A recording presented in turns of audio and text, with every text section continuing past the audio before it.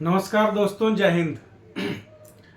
Simple present, present continuous, present perfect और present perfect continuous, present tense के चारों categories के ट्रांसलेशन बनाने के क्या रूल्स हैं, क्या क्या कंडीशंस हैं, कैसे हम स्टेटमेंट्स को पहचान पाएंगे कि ये किस कैटेगरी में पड़ रहा है, और फिर ट्रांसलेशन बनाते समय किन पॉइंट्स को ध्यान में रखना है।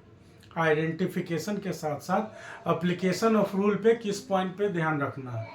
प्रेजेंट के चारों स्ट्रक्चर में हम सब कुछ पढ़ चुके हैं वीडियो नंबर 6 तक में। टेंस क्या है, टाइम क्या है, 3 भाग में क्यों बटा, फिर 4 भाग क्या बताता है, सब कुछ। अब इस वीडियो में शुरुआत होगी पास्ट टेंस की। पहला सेक्शन है सिंपल पास्ट, जिसे हम पास्ट इंडेफिनिट भी बोलते हैं। ध्यान ये बात का रखना होगा कि सबसे पहले तो आपको पहचान होनी चाहिए स्टेटमेंट की कि सिंपल पास्ट में होता कौन है, कैसा स्टेटमेंट होता है, कैसा वाक्य होता है जिसे हम सिंपल पास्ट में व्यक्त करेंगे। सिंपल पास्ट का जो ट्रांसलेशन का रूल है उससे बनाएंगे कैसा बात होता है, वो कैसा वाक्य होता है। तो जब भी हम पास्ट में जाते हैं तो पास्ट का लॉजिक क्या है, कहते हैं ना कि पास्ट और प्रेजेंट ही टेंस की गिनती में आता है। फ्यूचर को हम टेंस की गिनती में नहीं रखते हैं। क्यों? क्योंकि वो रियल टाइम की बात नहीं करता। पास्ट और प्रेजेंट ही रियल टाइम की बात करता है। ऐसा क्यों कहा जाता है? क्योंकि पास्ट का जो समय है, मतलब जो बीता हुआ समय है, वो एक्चुअली हो चुका है। अगर हम ऐसे बात करें प्रैक्टिकली आम जीवन की, तो कहते हैं ना कि उसको अब ब्रह्मा भी चेंज नहीं कर सकते हैं। जो बीत गई सो बात गई, अब उसमें किसी तरह का बदलाव लाना संभव ही नहीं है। वो घटना घट गई, इतिहास में छप गया न्यूज़पेपर उसका, अब वो बदलने वाला नहीं है। और प्रेजेंट क्या है? सामने जो हम देखते हैं, मतलब बीता हुआ भी समय है, तो वो अगर हमारी मुद्दा से, हमारी बात से, हमारे ये ड्यूरेशन से अभी तक कनेक्टेड है, तो इसीलिए कहते हैं कि जो रियल टाइम का बात करता है वो दो ही है, पास्ट और प्रेजेंट। तो पास्ट मतलब क्या हुआ? पास्ट मतलब हुआ कि हम अभी यहां खड़े हैं। अब यहां से पहले एक जोन, मैंने एक लाइन बनाया था ना जोन का आपको, कि एक हम लोग लाइन खींचते हैं, और यहां ध्यान रखिएगा, ये मान लीजिए पास्ट का पूरा जोन रहा, और ये हम लोग प्रेजेंट वाले जोन में अभी इधर कंटिन्यू किए हुए हैं। ठीक है? तो पास्ट का मतलब क्या हुआ कि इस डब्बे में रह के, ट्रेन का डब्बा वाला एग्जांपल दिए थे ना, कि मान लीजिए कि ये एसी कोच B2 है और हम लोग AC 3 टायर कोच B1 में है, ये AC 3 टायर B2 है। तो हम लोग B1 में बैठे हुए हैं, लेकिन बातें कर रहे हैं, चर्चा कर रहे हैं B2 की। तो ये जो बीता हुआ समय है, इस बीते हुए समय के दौरान किसी एक्टिविटी की बात होगी, तो उस एक्टिविटी, उस काम, उस क्रिया, उस वर्ब का जो स्ट्रक्चर होगा वो किस में लिखा जाएगा? वो पास्ट के सारे फॉर्मेट में लिखा जाएगा। पास्ट के फॉर्मेट में लिखे जाने का मतलब क्या हुआ कि पास्ट का जो 4 स्ट्रक्चर, प्रेजेंट, पास्ट, फ्यूचर, तीनों का 4 स्ट्रक्चर होता है ना, इंडेफिनिट, इम्परफेक्ट, परफेक्ट और परफेक्ट कंटिन्यूअस वाला। तो जो ये पिछला बॉगी है, ये बीता हुआ समय का जो एक पूरा डब्बा बनकर तैयार हो गया है, इसके अंदर हम लोग हैं यहां पे, और बात इस डब्बे की, बीते हुए समय का जो बक्सा बंद हो गया है पूरा, उस बक्से के किसी पॉइंट पे कोई काम हुआ हो, हम उसकी अगर बात करेंगे तो पास्ट का स्ट्रक्चर लागू होता है। अब पास्ट में भी 4 स्ट्रक्चर प्रेजेंट की तरह होता है, simple past, past continuous, past perfect और पास्ट परफेक्ट कंटिन्यूअस। तो सिंपल पास्ट क्या होगा इसमें से? सिंपल पास्ट में हम उन बातों को रखते हैं जो कहता है कि ये जो पास्ट के समय वाला डब्बा को आप B2 को देख रहे हैं, ये बीते हुए समय का बक्सा है। इसमें बीता हुआ समय का जितना भी घटना है वो सब इस बक्से में कैद हो चुका है। ठीक है ना? तो इसमें 4 तरह का घटना कैद है। ये जो B2 वाला डब्बा है, इसमें 4 तरह का घटना कैद है। कौन कौन सा घटना? वैसा भी घटना है जो किसी एक क्षण पे हुआ, जैसे बीते हुए समय की बात कर रहे हैं कि पार्टी में क्या हुआ था जी। मान लीजिए पास्ट का समय हो गया, कल का हो चाहे 3 दिन बाद का हो। पास्ट हम किसको कहेंगे ये हम लोग पहले ही डिस्कस कर चुके हैं। अगर नहीं देखें तो बेसिक्स वाला देख लीजिए, शुरुआत से टेंस का 6 वीडियो आपके पास गया है, देख लीजिए, पूरा स्ट्रक्चर ही समझ में आ जाएगा कि क्यों, कहाँ, कब, कैसे लॉजिक लगता है पास्ट, प्रेजेंट और फ्यूचर का।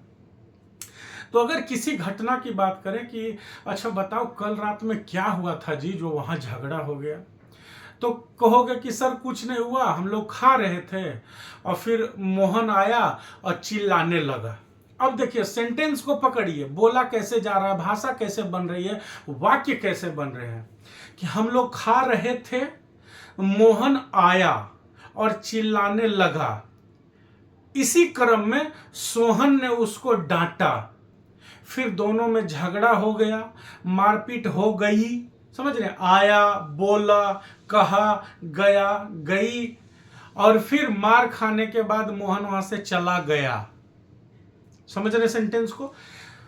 तो पास्ट का जो टाइम होता है, बीता हुआ जो समय है, उसमें किसी बिंदु पे, किसी वक्त पे, किसी एक पॉइंट ऑफ टाइम, किसी एक पल में कोई काम हुआ, उसको हम सिंपल पास्ट में लिखते हैं कि हाँ ऐसा हुआ, हम लोग देर से पहुंचे इसलिए ट्रेन छूट गई, मैं बाहर निकलते समय मोबाइल लेना भूल गया। किसी एक पॉइंट पे, किसी एक क्षण, किसी एक पल में वो काम हुआ।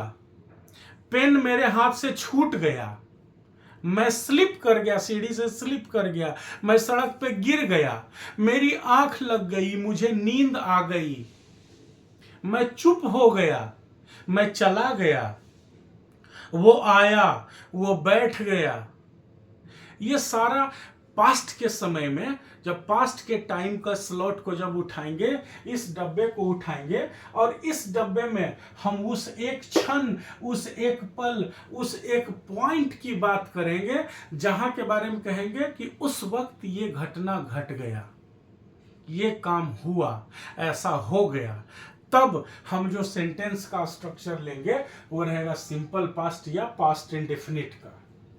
ध्यान रखिएगा मैंने क्या कहा, पुराने कॉन्सेप्ट को निकाल के हटा दीजिए। जब भी आप ये वीडियो देख रहे होते हैं मेरी, तो आप पुराने लॉजिक को प्लीज हटा के रख दीजिए, तब आपको बिल्कुल नया कॉन्सेप्ट समझ में आएगा, फ्रेश समझ में आएगा। और तब जो आपका, जब हमारा पूरा लेक्चर आप देख लें, पूरा चैप्टर का लेक्चर देख लें, और तब अपना जो पुराना लॉजिक है उसको लाइए दिमाग में। पैरेलली सोचते रहिएगा तो फिर कंफ्यूजन में ही रह जाइएगा कि अरे ये क्या बोल रहा है। मैं सोच के, समझ के, रिसर्च करके, 5-10 किताबों का रेफरेंस लेके, पढ़ के तब आपके सामने आके बोलता हूँ। ऐसा नहीं कि कैमरा लगाए और शुरू हो गए, जो मन में आया आए का बाएं बोलना शुरू कर दे, ऐसा नहीं है। हाँ, हो सकता है कि हम भी कभी कभार एक आध गलती कर बैठे, but I must not and I try not to. मुझे गलती करना तो ठीक नहीं होगा, मैं आप लोग को बता रहा हूँ इन्फॉर्मेशन, आप मेरी बातों को मानेंगे, आगे जाके पढ़ेंगे, लिखेंगे, क्वेश्चन बनाएंगे, but I also try not to make any mistake. तो आप इस बात को, point of time, period of time जो भी है, उसको पहले आप समझ लीजिए, फिर इवेल्युएट कीजिए अपने पुराने कॉन्सेप्ट से, उसको मिलाइए कि हाँ हम फंस रहे थे कि नहीं फंस रहे थे। तब आपको लगेगा कि नहीं, हाँ कुछ नया बताया है। जैसे सिंपल पास्ट में क्या है, आप नॉर्मली जो ट्रांसलेशन बनाते होंगे, लोगों को बताया जाता है, बच्चों को, कि ता था ते थे तिथि रहती होगी। जैसे मैं स्कूल जाता था, वह आम खाता था, हम लोग पढ़ते थे। इसमें एक कंफ्यूजन है भाई, कंफ्यूजन नहीं, इसको मिस्टेक बोलिए। मिस्टेक क्या है? तो जब हम अभी सिंपल पास्ट एक्सप्लेन करेंगे, इसलिए बीच में थोड़ा सा आपको हम डाइवर्ट कर रहे हैं, फिर से हम रिज्यूम कर लेंगे सिंपल पास्ट में अपने आप को, कि एक ना यूज्ड टू करके शब्द होता है। अब शब्द है वो फिर क्या है, आगे जाके वर्ब है कि हेल्पिंग वर्ब है कि क्या है, वो हम सब आपको बताएंगे। एक क्या होता है यूज्ड टू करके,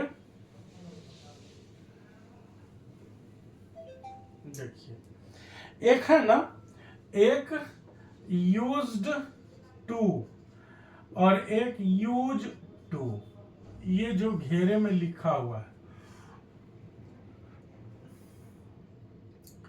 तो जब पास्ट की उन बातों की हम बात करते हैं जो एक आदत के रूप में रही है हमारे साथ, कि हम लोग समय पे स्कूल जाया करते थे, बड़ों का आदर किया करते थे, कभी कुछ खराब काम नहीं किया करते थे, हमेशा इस जगह पे आके बैठा करते थे, शाम में हम लोग प्रतिदिन ललटेन जला के पढ़ा करते थे। मतलब हमारे आम जीवन में एक आदत के रूप में जो काम हो रही थी, जिसको अक्सर हम सिंपल प्रेजेंट में लिखते हैं, अगर प्रेजेंट में वो काम है तो।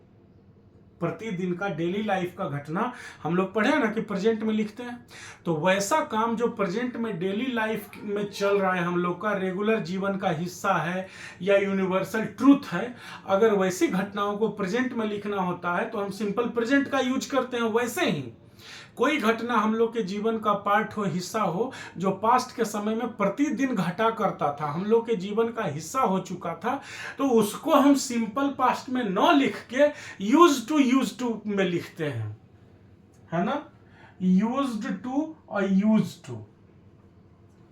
अब ये क्या है, ये यूज टू का जो पास्ट है यूज्ड टू, और एक यूज टू जो हेल्पिंग वर्ब के रूप में आता है, दोनों में डिफरेंस है।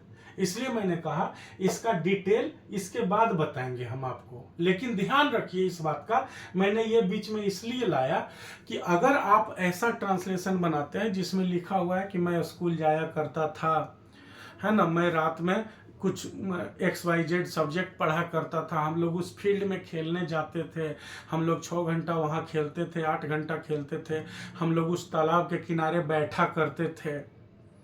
तो पास्ट के जीवन का, पास्ट के समय का कोई भी बात हो, कोई भी घटना हो जो वैसा घटित हुआ करता था एज ए रेगुलर एक्शन, तो हम उसको सिंपल पास्ट में ना लिखें, वही बेहतर होगा। सिंपल पास्ट में उसे लिखा नहीं जाना चाहिए। लिखा कौन सा जाना चाहिए कि पास्ट के समय की बात हो और किसी एक पॉइंट पे कोई घटना घटा, एकदम छोटा सा पॉइंट ऑफ टाइम पे घटना घटा, है ना, जैसे वो भाग रहा था, मैंने उसको पकड़ लिया, एक पॉइंट ऑफ टाइम पे ये काम हुआ, मैंने उसको एक पंच दिया, आई पंच्ड हिम, एक पॉइंट ऑफ टाइम पे ये काम हुआ। ही फेल डाउन, वह गिर गया, एक पॉइंट पे ये काम हुआ। मोबाइल लेना भूल गया, अरे घर से निकल गया, अचानक याद आया कि छूट गया, वह फिसल के नीचे गिर गया, बात खत्म हो गई, मूवी खत्म हो गई, मूवी पूरी हो गई, एंड हो गई। किसी एक पॉइंट, किसी एक पल, किसी एक क्षण की हम बात करें पास्ट में जाके कि देखिए उस वक्त ये हुआ, ठीक उसी वक्त की बात करें कि उस वक्त ऐसा हुआ, ये काम हुआ, तो उसको हम सिंपल पास्ट में रखते हैं। जैसे एग्जाम्पल क्या लिखा मैंने, वह सो गया। अब वह सो गया ब्रैकेट में हम उदाहरण को, रेफरेंस को खाली जोड़ने के लिए लिख दिए हैं। सेंटेंस मेन मेरा जो एग्जाम्पल दिया हुआ है वो इतना ही है कि वह सो गया। हम खाली आपको समझाने के लिए ये ब्रैकेट में लिखे हैं कि वह सो गया, मतलब क्या हुआ इसका। तो मान लीजिए वह बस में यात्रा करते समय सो गया, या हम लोग से बात करते करते सो गया, या वह बेड पे बैठा और सो गया, या वह लेटने गया और सो गया। तो वह सो गया एक सेंटेंस है जो सिंपल पास्ट में जाएगा। ये वाला जो लिखा हूं मैं, वह बात करते करते सो गया, तो वह सो गया, इस बात को दिखाने के लिए इसको थोड़ा और लंबा कर दिए कि वह सो गया। अगर आपको नहीं समझ में आया तो देखिए कैसे कहेंगे वह सो गया, कि वह बात करते करते सो गया। तो इसमें से निकलेगा ना एक हिस्सा कि वह सो गया, नहीं, वह सीढ़ी पे चलते चलते फिसल गया। तो एक और काम को साथ में रख के न बता के डायरेक्ट बोलिए कि वह फिसल गया, सिंपल पास्ट। वह सो गया, वह बैठ गया, वह आ गया, वह चला गया, वह लेट गया, वह चुप हो गया, वह बोलने लगा। किसी एक क्षण, किसी एक पॉइंट, किसी एक पल की हम बात करते हैं कि उस पल, उस वक्त ये हुआ, तो उसको हम लिखते हैं सिंपल पास्ट में। जैसे वह सो गया मेरी ट्रेन छूट गई, वह मर गया, मैं अपना फोन लेना भूल गया, सीमा फिसल गई, उसने मेरी शर्ट वापस कर दी, मौसम अचानक से बदल गया। ये किसी एक क्षण, किसी एक पल की बात कर रहा है कि उस समय ये घटना घट गया। तो उसको हम रखते हैं सिंपल पास्ट में, ना कि पास्ट में हम कुछ किया करते थे उसको सिंपल पास्ट में रखेंगे, नहीं, उसको यूज टू के साथ, यूज टू और यूज्ड टू मैं कह रहा हूं, जो मैंने दो लिखा है यहाँ पे, यूज टू और यूज्ड टू, इनके साथ कैसे बनाते हैं प्रेजेंट का पास्ट का, इसका अलग से हम बताएंगे। लेकिन मैं ये कहना चाहता हूं कि जो सिंपल पास्ट में अगर आप बना रहे हो कि हम लोग स्कूल जाते थे, खूब मिठाई खाते थे, मजाक करते थे, खेला करते थे, घूमा करते थे, उसको सिंपल पास्ट में मत बनाइए। बहुत सारा ऐसा लॉजिक देते हैं लोग कि जैसे सिंपल प्रेजेंट है तो प्रेजेंट में वो काम हो रहा है, वैसे ही सिंपल पास्ट हो जाता है। जो जैसे आज हम लोग कहते हैं कि राम आम खाता है, तो कह देंगे राम आम खाता था, तो हो गया ना सिंपल प्रेजेंट से सिंपल पास्ट। अब कहे आदमी कि मैं प्रतिदिन स्कूल जाता हूं, तो ये सिंपल प्रेजेंट में बनेगा, और मैं प्रतिदिन स्कूल जाता था, इसको सिंपल पास्ट में नहीं बनाना है। हम लोग इस तालाब पे जाके बैठते हैं किनारे पे, ये सिंपल प्रेजेंट में बनेगा। हम लोग उस तालाब के किनारे पे जाके बैठा करते थे या बैठते थे, ये सिंपल पास्ट में नहीं बने। सिंपल पास्ट का मतलब क्या हुआ, सिंपल पास्ट का जो रूल है subject plus V2 plus object, इस स्ट्रक्चर से नहीं बनेगा, इससे बनेगा। ठीक है, तो इसलिए उसको सिंपल पास्ट में मत रखिएगा। सिंपल पास्ट में किसको रखेंगे कि पास्ट की बात हो तो किसी एक पॉइंट, किसी एक क्षण, किसी एक पल, पॉइंट ऑफ टाइम की बात हो कि देखिए उस वक्त ये घटना घटी, उसको हम रखेंगे सिंपल पास्ट में। एग्जाम्पल आपके सामने लिखा हुआ है सारा। अब यह है ट्रांसलेशन का नियम, subject plus V2 plus object plus etcetera. जब सिंपल प्रेजेंट हम लोग पढ़े थे तो उसमें क्या पढ़े थे कि सब्जेक्ट के बाद ये जो V2 यहाँ सिंपल पास्ट में लिखा हुआ है, सिंपल प्रेजेंट में क्या था, V1 या V5 था ना, इसमें होता है V2। अब इसका इंटरोगेटिव निकालेंगे तो इधर से डिड निकल जाता है, तो did plus subject plus V1 ये हो जाएगा, ध्यान रखिएगा। डू, डज या डिड अगर सब्जेक्ट से अलग होके यूज हो, मतलब मेन वर्ब के बाद भी हेल्पिंग वर्ब के रूप में अलग से कहीं भी डू, डज या डिड अलग से एक्स्ट्रा यूज किया हुआ रहे सेंटेंस में, तो क्या यूज होता है, V1। फिर ये हो गया निगेटिव, इसमें भी देखिए डिड लगा हुआ है, नो यहाँ पे लगा क्या, V1। फिर ये इंटरोगेटिव निगेटिव है, डिड नॉट लगा हुआ है, तो यहाँ भी लगा हुआ है क्या, V1। और ये कौन सा है, इम्फैटिक। ध्यान रखिएगा, सिंपल प्रेजेंट में भी हम लोग इम्फैटिक पढ़े थे, उसमें क्या था, हाँ मैं स्कूल जाता तो हूं या मैं स्कूल जाता तो हूं, ये इम्फैटिक हुआ करता था प्रेजेंट में, तो ये पास्ट में होगा मैं स्कूल जाया करता तो था या मैं स्कूल जाता तो था। ठीक है, ये ट्रांसलेशन का स्ट्रक्चर हो गया। यहाँ पे घेरे हुए इसको देखिएगा, है ना, लाइन से यहाँ तक है, यहाँ से नीचे वो वाला जो एग्जाम्पल दिए उसका ये ट्रांसलेशन है। तो यहाँ से शुरू करते हैं ट्रांसलेशन को, वह सो गया, है ना, मतलब बात करते करते सो गया, एक रेफरेंस के रूप में, उसको भी यहाँ हम बना दिया ट्रांसलेशन। तो वह सो गया का क्या होगा, ही स्लेप्ट।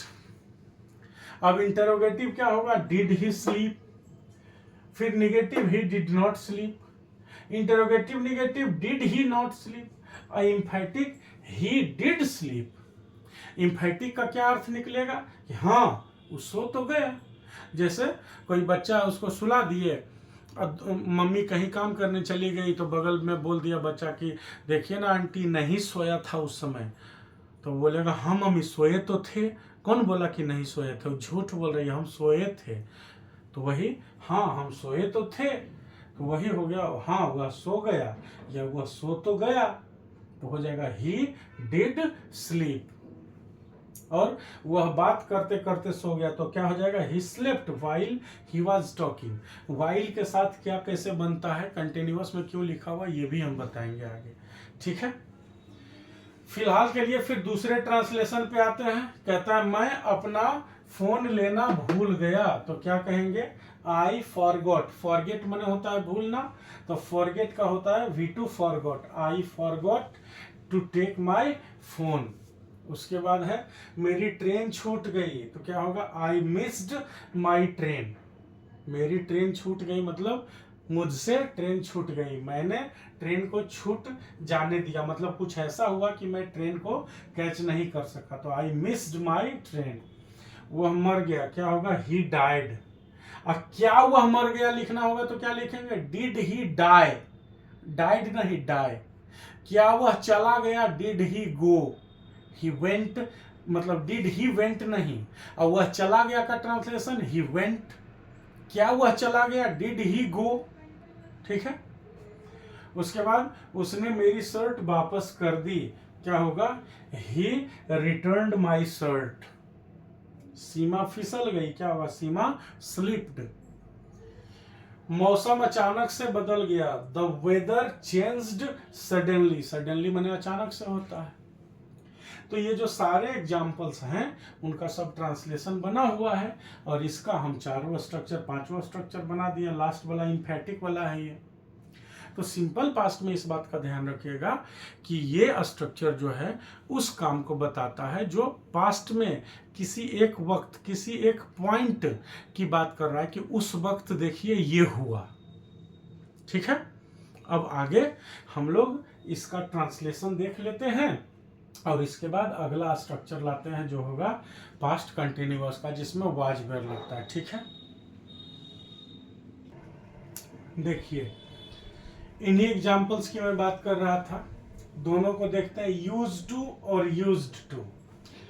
बहुत ही बड़ा कंफ्यूजन रहता है इसमें सबको। अभी हम लोग क्या सीखे कि सिंपल पास्ट का यूज हम कब करेंगे, जब हमें बताना होगा कि देखिए ये पास्ट टाइम की हम लोग बात कर रहे हैं, और इस पास्ट टाइम में एक पॉइंट था, एक क्षण था, एक पल था जब ऐसा काम हो गया, ऐसी घटना घट गई, तो उसको हम लिखेंगे सिंपल पास्ट में। लेकिन पास्ट में जो हमारी आदत रही है, जो डेली लाइफ का हिस्सा रहा है, जो एक लंबे दौर तक आदत के रूप में, हैबिट के रूप में चला है, उसको हम सिंपल पास्ट में नहीं लिखेंगे। उसको हम कैसे लिखते हैं, उसको हम यूज्ड टू के साथ लिखते हैं। कंफ्यूजन क्यों क्रिएट होता है ये देखिए। हम लोग जानते हैं कि अगर प्रेजेंट में अभी जो जीवन हम लोग जी रहे हैं, जिस वक्त को हम लोग व्यतीत कर रहे हैं, उसमें अगर कोई काम प्रतिदिन हो, रेगुलरली हो, तो उसको हम लोग क्या लिखते हैं, सिंपल प्रेजेंट में लिखते हैं। जैसे वह प्रतिदिन स्कूल जाता है, हम लोग खूब क्रिकेट खेलते हैं, हम लोग साथ में खाते हैं, साथ में रहते हैं, साथ में पढ़ने जाते हैं। आम जीवन में अभी जो घटना प्रतिदिन रेगुलर बेसिस पे या डेली बेसिस पे घट रही है, उसको हम लोग लिखते हैं सिंपल प्रेजेंट में। लेकिन इसी को अगर सिंपल पास्ट में कर दें, वह प्रतिदिन मुझसे मिलता था, और अगर इसका ट्रांसलेशन लिख दे, he met me every day, तो यह लिखना गलत होगा।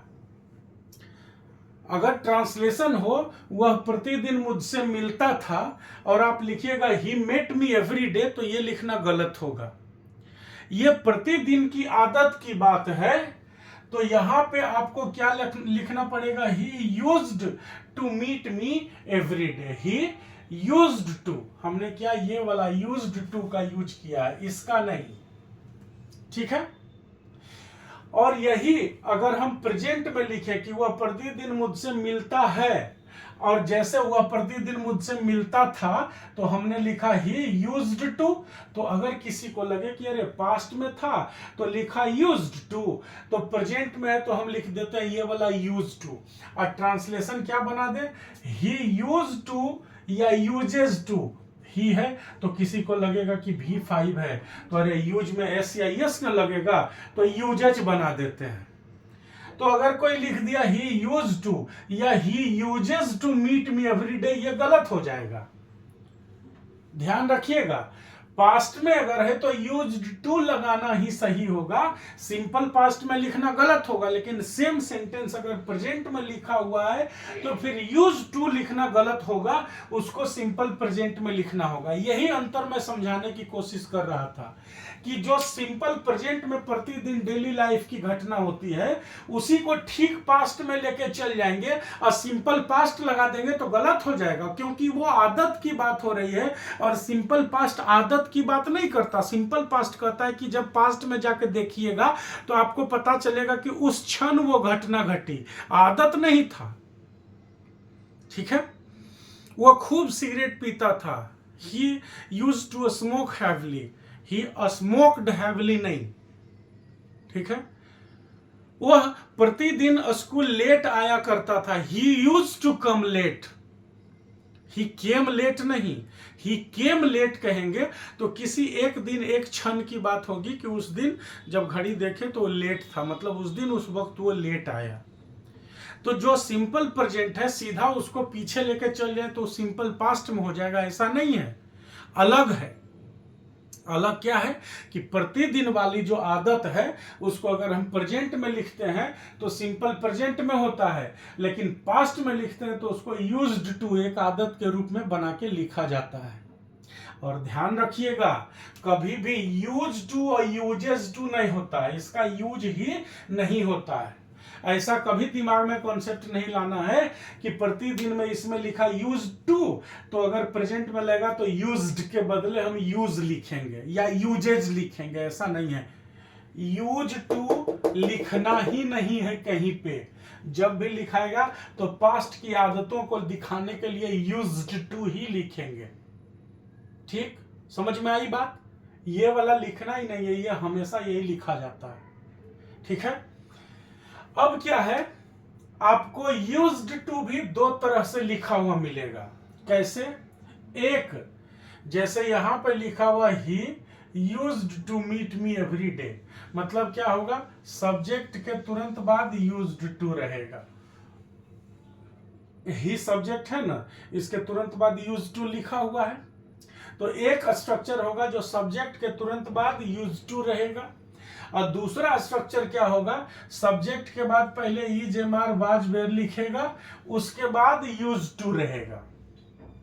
जैसे नीचे के एग्जांपल्स को देखिए, यहाँ पे ही यूज्ड टू स्मोक और यहाँ लिखा हुआ he is used to smoking. अब क्या है, ध्यान आपको रखना होगा, पहली बात यूज टू या यूजेज टू या यूजिंग टू ऐसा नहीं यूज होता है, सिर्फ एक यूज होता है, यूज्ड टू। ये कब होता है, जब हम पास्ट की वैसी घटना की बात करें जो एक आदत के तौर पे थी, जो हमारी डेली लाइफ में आम जीवन में चल रही थी, उसको बताने के लिए हम सिंपल पास्ट का यूज नहीं करेंगे, हम इसका यूज करेंगे सब्जेक्ट के बाद यूज्ड टू का। ठीक है, तो क्या होगा कि सब्जेक्ट के बाद अगर यूज्ड टू डायरेक्ट लगाए तो उसके बाद क्या लिखते हैं हम लोग, V1। जैसे ही यूज्ड टू स्मोक, ही के तुरंत बाद सब्जेक्ट के तुरंत बाद यूज्ड टू लगाए तो यहाँ पे V1 यूज हुआ ना, स्मोक। जैसे we use to play together, हम लोग साथ में खेला करते थे, तो we used to play together, subject के तुरंत बाद यूज टू आया तो यूज टू के बाद क्या आया, प्ले, V1 आया ना। लेकिन अगर सब्जेक्ट के बाद is am are was were लिखा हुआ रहे तब क्या होगा, तब जो यूज टू ये वाला लिखा हुआ रहता है उसके बाद होता है V4 जो कि जिरंड होता है, उसके बाद क्या यूज होगा, V4 जो कि जिरंड होता है। ध्यान रखिएगा, जहां पे सब्जेक्ट के तुरंत बाद ये वाला यूज टू यूज किया गया वहां ये हेल्पिंग वर्ब मोडाल के रूप में यूज होता है। मोडाल जो सेकेंडरी हेल्पिंग वर्ब कहलाता है, अगर नहीं जानते हैं तो चैप्टर 1 प्लेलिस्ट में जाके बेसिक्स वाला खोलिए, उसमें वर्ब का पूरा दिया हुआ है डिटेल। तो मोडाल्स जिसको कहते हैं, जिसके साथ हमेशा V1 लगता है, सेकेंडरी हेल्पिंग वर्ब भी उसको कहते हैं। सब्जेक्ट के तुरंत बाद अगर यूज टू आ गया तो ये होता है मोडाल वर्ब, सब्जेक्ट के तुरंत बाद अगर ये यूज टू आ गया तो ये होता है मोडाल वर्ब। मोडाल वर्ब क्या होता है, वैसे वर्ब जो हमेशा अपने साथ V1 लेते हैं। ठीक है, और जब यहाँ पे is am are was were का यूज किया गया तब ये जो यूज्ड टू यहाँ पे लिखा हुआ है ये एडजेक्टिव हो जाएगा। यहाँ पे we are use to playing a lot of cricket में ये वाला जो is am are was were के बाद यूज टू लिखा जाता है वो क्या हो जाएगा, एडजेक्टिव हो जाएगा। ये वाला यूज टू का क्या मतलब हुआ, हैबिचुएटेड टू, एडिक्टेड टू, मतलब हमें किसी चीज की आदत है। इज एम आर लगा हुआ है तो है, वाज वेयर लगा हुआ है तो था, नहीं। जैसे we were used to smoking, we were used to speaking loudly, मतलब हम लोग को तेजी से बोलने का लत था। ऐसा नहीं कि हम लोग बोला करते थे, देखिए दोनों में अंतर है। हम लोग प्रतिदिन स्कूल जाया करते थे और हम लोग को प्रतिदिन स्कूल जाने का आदत था, दोनों सेंटेंस में अलग है। स्कूल जाने का आदत नहीं होता है, वो एक रूटीन वर्क होता है। तो हम लिखेंगे we use to go to school, लेकिन हम लोग को स्कूल में कैफेटेरिया में ही खाने का आदत था। हम लोग को स्कूल में एक दूसरे का लंच चुराने का लत लग गया था, छूटवे नहीं करता था, आदत लग गया था। तब लिखेंगे we were used to stealing other students lunch. समझे बात को? आपको पास्ट में, भूतकाल में, बीते हुए समय में किसी चीज की आदत थी। हम लोग दोपहर में चुपचाप घर से भाग जाया करते थे। जैसे यूज टू मैंने हैबिचुएटेड टू, एडिक्टेड टू, लत लगी हुई थी इस चीज की, हमें आदत लगी हुई थी इस चीज की हमें। तब हम सब्जेक्ट के बाद is am are was were past present को देखते हुए लगाते हैं और तब उसके बाद आपको जिरंड लगाना पड़ेगा। यहाँ देखिए स्मोकिंग है, यहाँ पे प्लेइंग है, V4 जिरंड फॉर्मेट जानते हैं जिरंड किसको कहते हैं? भर में लिखा हुआ है, जानते ही होंगे, हम लोग पढ़े हैं, और नहीं पढ़े हैं तो बेसिक्स पढ़ लीजिए जाके। तो वही इसमें लिखा हुआ है कि अगर सब्जेक्ट के बाद यूज टू रहे तो टू के बाद V1 आता है, जबकि सब्जेक्ट के बाद अगर is am are was were लगा रहे तो यूज टू के बाद V4 यानी कि जेरंड फॉर्मेट आता है। पहले वाला केस कौन वाला, जिसमें सब्जेक्ट के तुरंत बाद यूज टू है, ये पहला वाला केस हुआ। तो पहले वाला केस में यूज टू क्या रहता है, मोडल वर्ब के तरह काम करता है। जबकि बाद वाला केस में, बाद वाला केस कौन है कि अगर सब्जेक्ट के बाद is am are was were लगा रहे तो बाद वाला सब्जेक्ट में एडजेक्टिव के तरह काम करता है यूज टू। अब इसमें क्या है, यूज टू का मतलब क्या होता है, एडिक्टेड टू या हैबिचुएटेड टू, किसी भी चीज का आदत या लत होना। ठीक है, क्लियर है? तो ध्यान रखिएगा यूज टू या यूजेस टू, ये प्रेजेंट वाला जो फॉर्मेट है वो होता ही नहीं है, हमेशा पास्ट वाला फॉर्मेट होता है। पास्ट वाले फॉर्मेट में यूज टू को हम दो तरीके से यूज करते हैं। एक, रेगुलर हम लोग कोई काम करते थे पास्ट में, लत होना और काम करना अलग चीज होता है। आपको स्मोकिंग की लत होती है, आपको चुराने की लत होती है, आपको झूठ बोलने की लत होती है। ठीक है, जैसे क्रिकेट खेलने की लत लगी हुई है, यहाँ पे लिखे ना हम we are use to playing a lot of cricket, मतलब क्या होता है, बच्चों में ऐसी आदत होती है, कितना भी मारो पीटो डांटो समझाओ, मारना पीटना तो चाहिए नहीं, कितना भी समझाओ उनको, निकल जाएंगे 5-6 घंटा क्रिकेट डेली, जब तक नहीं खेलेगा तब तक वो बेचैन रहेगा। नहीं, नशेड़ी भंगेड़ी को जब तक नशा नहीं मिलेगा तब तक बेचैन रहेगा। तो कोई भी चीज का आदत होना और कोई भी चीज प्रतिदिन कायदे से होना, दोनों में अंतर होता है। तो पास्ट का कोई भी बात हो वो प्रतिदिन आपके जीवन में होता था। हम लोग प्रतिदिन घूमने जाते थे, खेलते थे, खाते थे, पीते थे, पढ़ते थे, स्कूल जाते थे, तो उसमें सब्जेक्ट के तुरंत बाद यूज्ड टू, उसको सिंपल पास्ट में सब्जेक्ट प्लस V2 में नहीं लिखना है। सब्जेक्ट प्लस V2 में कौन लिखाएगा, वह घटना जो किसी एक पॉइंट ऑफ टाइम पे घटित हो गया, उस वक्त की बात बताएंगे बीते हुए समय में, तब वो सिंपल पास्ट में होता है। क्लियर? तो सिंपल पास्ट में नॉर्मल स्ट्रक्चर में कौन जाएगा, जो पिछले स्लाइड में हम लोग पढ़े, और इस स्लाइड में जो पास्ट में अगर कोई काम होता था और पास्ट में या प्रेजेंट में हमें उस चीज की आदत है, दोनों में यूज्ड टू का कैसे यूज होगा ये भी हम लोग पूरी तरह से समझ गए। और ये भी ध्यान रखना है कि यूज टू का कभी यूज नहीं करना चाहिए। क्लियर? कोई डाउट नहीं बचा? सिंपल पास्ट अच्छा से हो गया ना?